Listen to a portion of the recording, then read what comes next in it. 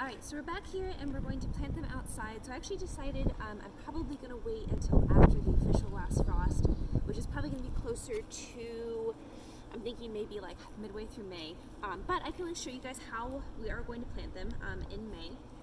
So the first thing I want to do here is you can see if you look down the row here, and let's say shout out to Jody for excellent cinematography. So thank you for Jody.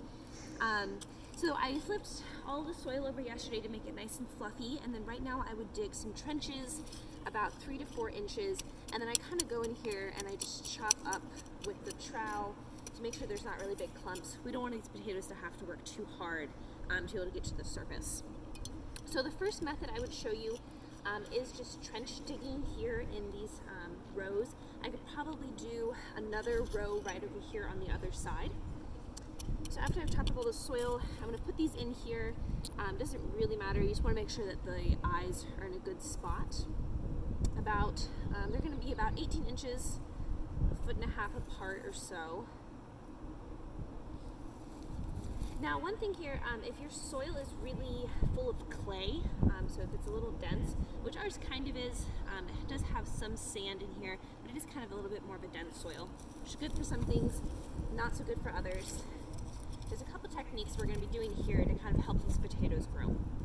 So after I put my potatoes in the trench, take another one here.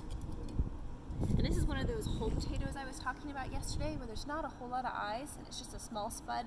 So I'm just going to go ahead and put that in whole. I did not cut that at all. So from here, you can also add in a little bit of our biotone starter.